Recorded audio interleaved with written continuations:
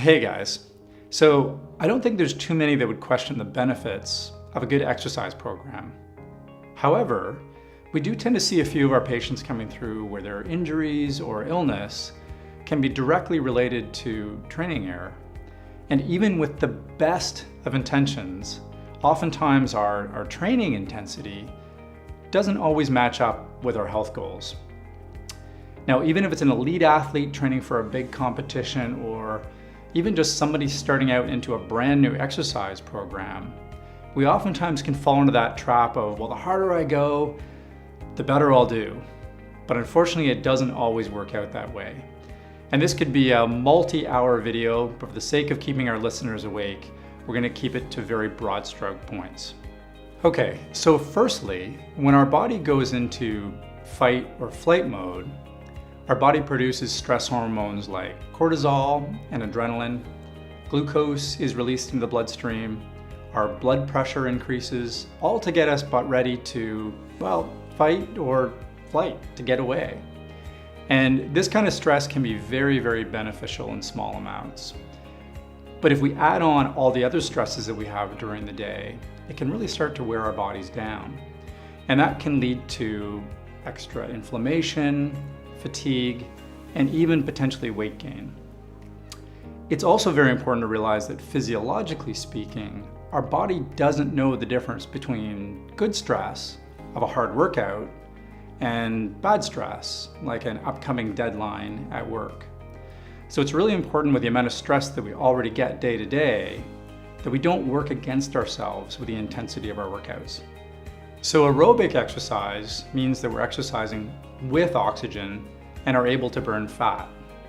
Now this is an intensity level, a fairly low intensity level, like walking or an easy run or really any easy exercise, where ideally we'd spend 80% of our time exercising in. Anaerobic exercise means we're training without oxygen, so harder training where we can only burn sugar. Now, like we said earlier, this can be beneficial, this type of training, but ideally only about 20% of the time, assuming our body's recovering properly. This is where some of you may have heard of the 80-20 rule, and that's really where this comes from. So you can imagine that if somebody's stressed out from work, they're stressed out from things maybe going on at home, but then they're maybe also adding on the stress of high intensity exercise too often, it can lead to a few problems. And black hole training means that oftentimes we're training that little bit too hard to take advantage of our aerobic training, which is also getting in the way of allowing us to recover to be able to do that occasional anaerobic workout. So we hope that information gives you a little bit of an insight in terms of why you might want to look a little bit deeper into your training intensity. But let's look at a few ways that you can track your training intensity. And probably the easiest way to do that is with heart rate.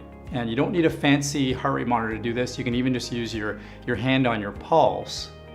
And for aerobic workouts, ideally we keep our heart rate below 180 minus your age. The second way we do this is by using heart rate variability. And we've talked about HRV in the past, but it's a really, really good metric to track your recovery. Now finally, here's a little video with Mark Sisson. He's the author of Primal Endurance, talking a little bit about training intensity with endurance athletes.